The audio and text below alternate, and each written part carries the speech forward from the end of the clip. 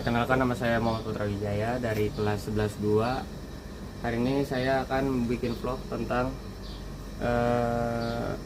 berpikir kritis dan semangat mencari ilmu. Oke.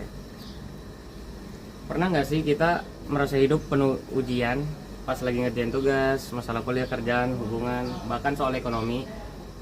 Rasanya kayak nggak pernah selesai gitu, ya nggak sih? Nah, ternyata Al-Quran sudah kasih bekal cara berpikir kritis dan mencari solusi lewat ilmunya. Jadi hari ini aku mau bercerita tentang bagaimana kita bisa menghadapi tantangan hidup bukan hanya dengan sabar, tapi juga dengan berpikir kritis dan mencari ilmu. Yuk simak bareng. 3. Dalam Quran surah Al-Baqarah ayat 155 dan 156, mari kita mulai dari Allah SWT berfirman, sesungguhnya Allah tidak membebani seseorang melainkan sesuatu dengan kesanggupannya.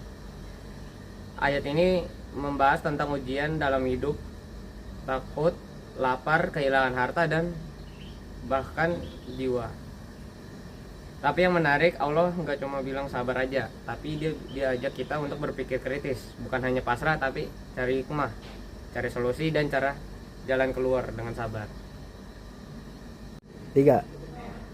Dalam Quran surah Ar-Rahman ayat 33, maka Allah mengajak manusia menembus langit dan bumi dengan sultan.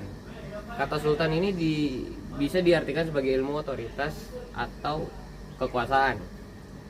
Artinya Allah memberi kita kemampuan untuk menembus batas-batas alam, teknologi, ilmu pengetahuan. Ini adalah motivasi besar bagi kita untuk terus belajar, riset, inovasi. Jangan mudah percaya hoax, jangan cepat putus asa. Gunakan akal kritis, cek fakta, cek referensi, karena Islam bukan hanya tentang iman, tapi juga semangat menuntut ilmu. 1. Referensi untuk generasi muda. Bagi kita generasi muda, hidup penuh tantangan seperti digitalitas, persaingan kerja, perubahan sosial. Tapi justru karena itu kita butuh kombinasi antara iman dan ilmu.